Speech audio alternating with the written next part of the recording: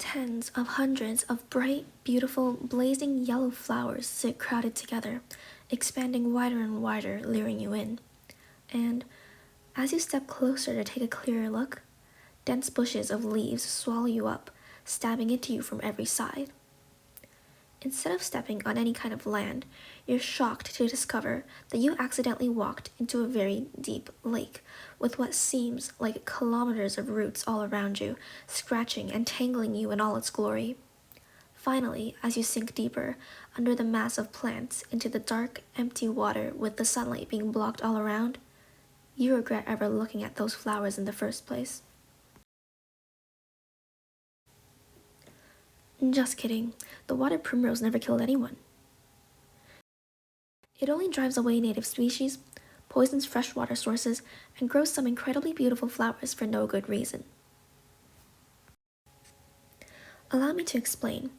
Water primroses, also known as the floating primrose willow, the creeping water primrose, and their scientific name, the Ludwigia grandiflora, are aquatic plants that grow on the surface of both stagnant and slow-moving, fresh bodies of water, flowering all year round except during the winter.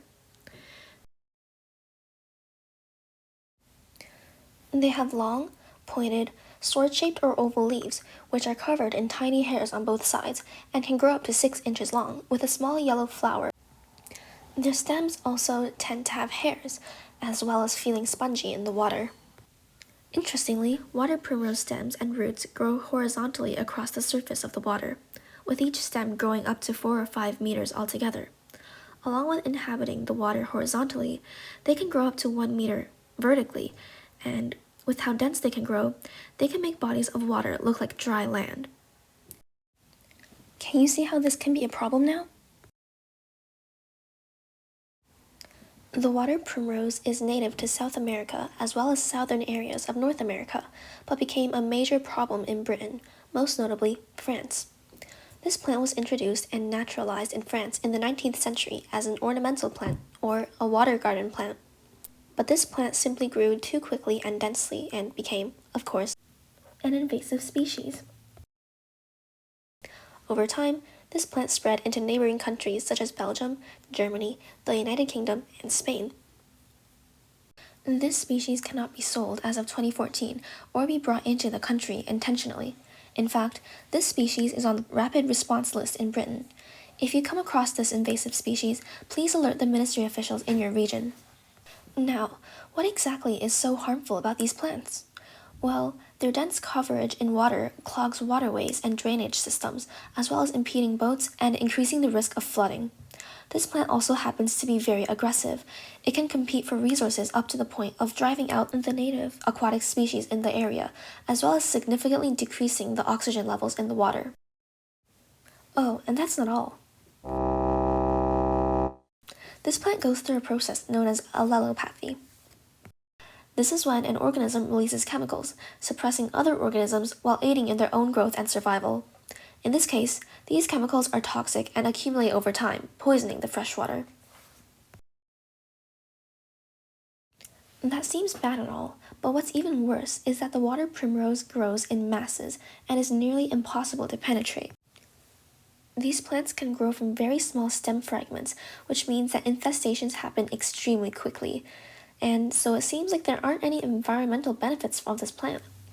The only way to eradicate this plant is to use herbicides, specifically broad-spectrum, systemic herbicides such as Rodeo, Aquamaster, Eraser AQ, and Touchdown Pro. Please note that these herbicides will only work on the surface of the water.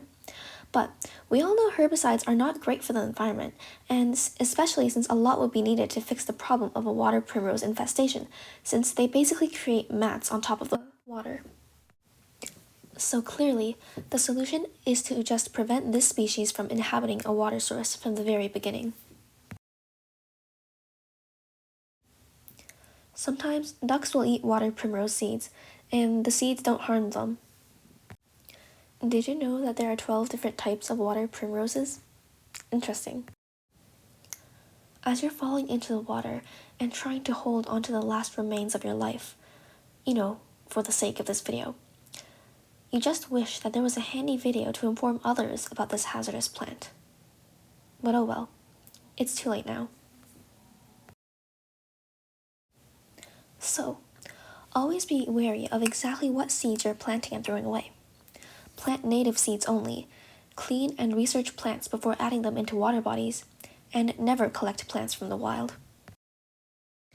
Thank you for watching, and I hope you learned something from this video. Please be aware of these flowering plants in the future.